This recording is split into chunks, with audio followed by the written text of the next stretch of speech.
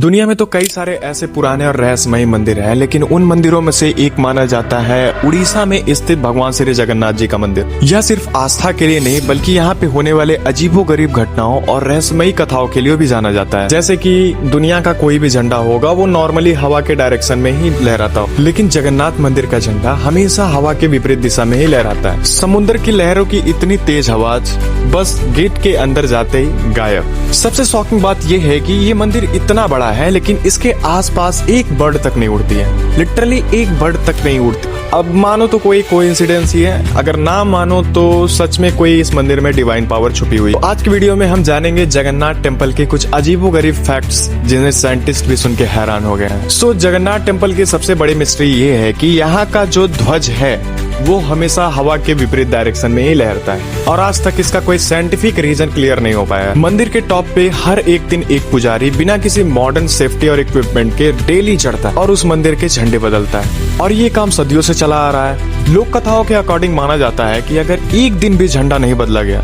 Literally एक दिन भी अगर झंडा नहीं बदला गया तो ये मंदिर 18 सालों के लिए बंद हो जाता है। सोचो 214 फीट की हाइट, ऊपर से इतनी तेज हवा और बिना सेफ्टी के चढ़ना, ये कोई हिम्मत की बात बल्कि ये ट्रेडिशन और फेथ का सिंबल माना जाता है। मंदिर के टॉप पे एक बहुत ही बड़ा सुदर्शन चक्र रखा हुआ है। इस चक्र का वेट लगभग 1 टन बताया जाता है, लेकिन बात यहाँ इसके वेट की नहीं, इसके इल्यूजन मिस्ट्री की है। चाहे आप लेफ्ट साइड में हो, चाहे आप राइट साइड में, या फिर कहीं भी हो। इस चक्र की कमाल बात ये है कि आप सिटी में कहीं भी खड़े हो जाओ, लेकिन ये चक्र हमेशा आपकी तरफ फेस करता हुआ दिखाई देगा। कई लोग इसे इंजीनियरिंग का कमाल मानते हैं, लेकिन जितने भी भक्त हैं वो तो भगवान श्री जगन्नाथ की ही महिमा मानते हैं। ये सुदर्शन चक्र हमेशा आप ही की तरफ फेस करता हुआ दिखाई देगा।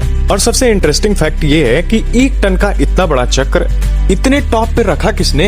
इसका भी कोई एग्जैक्ट आंसर हिस्ट्री के पास नहीं है। ये जगन्नाथ टेम्पल समुद्र के बहुत ही करीब स्थित है। इस मंदिर के बाहर खड़े होने पर समुद्र की तेज लहरों की आवाज एकदम क्लियर सुनाई देती है, लेकिन जैसे ही आप मंदिर के मेन गेट यानी कि सिंह द्वार के अंदर इंटर करते हो, वैसे ही ये लहरों की आवाज एकदम डिसअपियर सी हो जाती है और जैसे ही आप बाहर आते हो आवाज फिर से सुनाई देने लगती है। यहाँ पे साइंटिस्ट ये मानते हैं कि ये किसी स्ट्रक्चरल और साउंड रिफ्लेक्शन की वजह से हो सकता है, लेकिन ये भी एक मिस्ट्री है कि इतने पुराने मंदिर में इतनी अच्छी साउंड इंजीनियरिंग का यूज होना कहाँ से पॉसिबल है। एक और स्ट्रेंज फैक्ट जो कि लोगों को बहुत ही ज्यादा शॉक करता है, कहा जाता है कि जगन्नाथ टेम्पल के ऊपर से कोई भी पक्षी या फिर कोई भी प्लेन नहीं उड़ते हैं। नॉर्मली मंदिरों के पास तो बहुत ही सारे पक्षी मिल जाते हैं, लेकिन यहाँ पे जगन्नाथ टेम्पल के मेन डोर के ऊपर किसी बर्ड का ना उड़ना लोगों को बहुत ही ज्यादा मिस्टीरियस लगता है। कुछ इंजीनियर और साइंटिस्ट ये भी कहते हैं हवा के प्रेशर और स्ट्रक्चर की वजह से बर्ड उस एरिया को अवॉइड करते हैं। चलो माना कि बर्ड्स के लिए एयर प्रेशर वाली दिक्कत है, लेकिन प्लेन्स के लिए क्या दिक्कत है?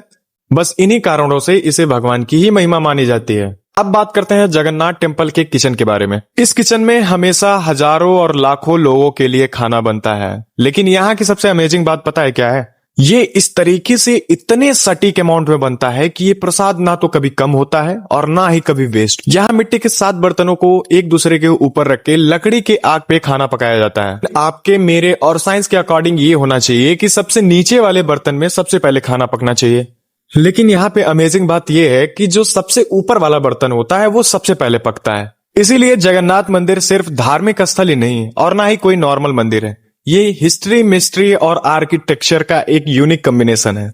कुछ लोग इन सारी घटनाओं को साइंस से रिलेट करके सुलझाने की कोशिश करते हैं, तो कुछ लोग इसे भगवान श्री जगन्नाथ जी का चमत्कार मानते हैं। लेकिन सच क्या है वो तो आज भी मिस्ट्री बनी हुई है और आगे भी बनी रहेगी। इस बारे में आपका क्या मानना है कमेंट सेक्शन में जरूर बताएं, और वीडियो इंटरेस्टिंग लगी हो तो प्लीज चैनल को लाइक, शेयर, सब्सक्राइब जरूर करें। मिलते हैं किसी नए वीडियो में नए टॉपिक के साथ, तब तक के लिए जय हिंद, बाय बाय।